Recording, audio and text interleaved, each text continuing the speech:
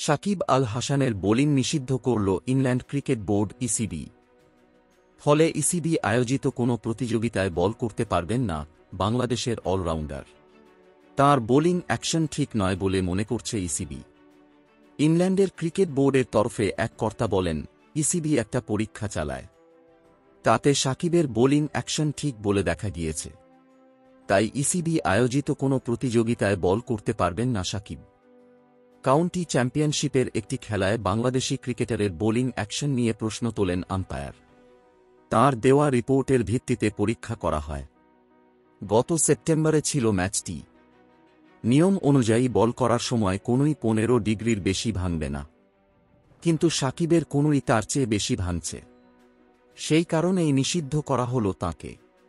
আবার পরীক্ষা দিয়ে পাশ করলে তবেই ফের বল করার সুযোগ পাবেন সাকিব। কাউন্টিতে একটি ম্যাচই খেলেছিলেন সাকিব। সারের হয়ে সমারসেটের বিরুদ্ধে খেলতে নেমেছিলেন তিনি। সেই ম্যাচে ব্যাট হাতে একটি ইনিংসে 12 এবং অন্য ইনিংসে 0 করেছিলেন সাকিব। ফলে তিনি বল করতে না পারলে কাউন্টি ক্রিকেটে খেলার আদৌ সুযোগ পাবেন কি না তা নিয়ে প্রশ্ন উঠতেই পারে।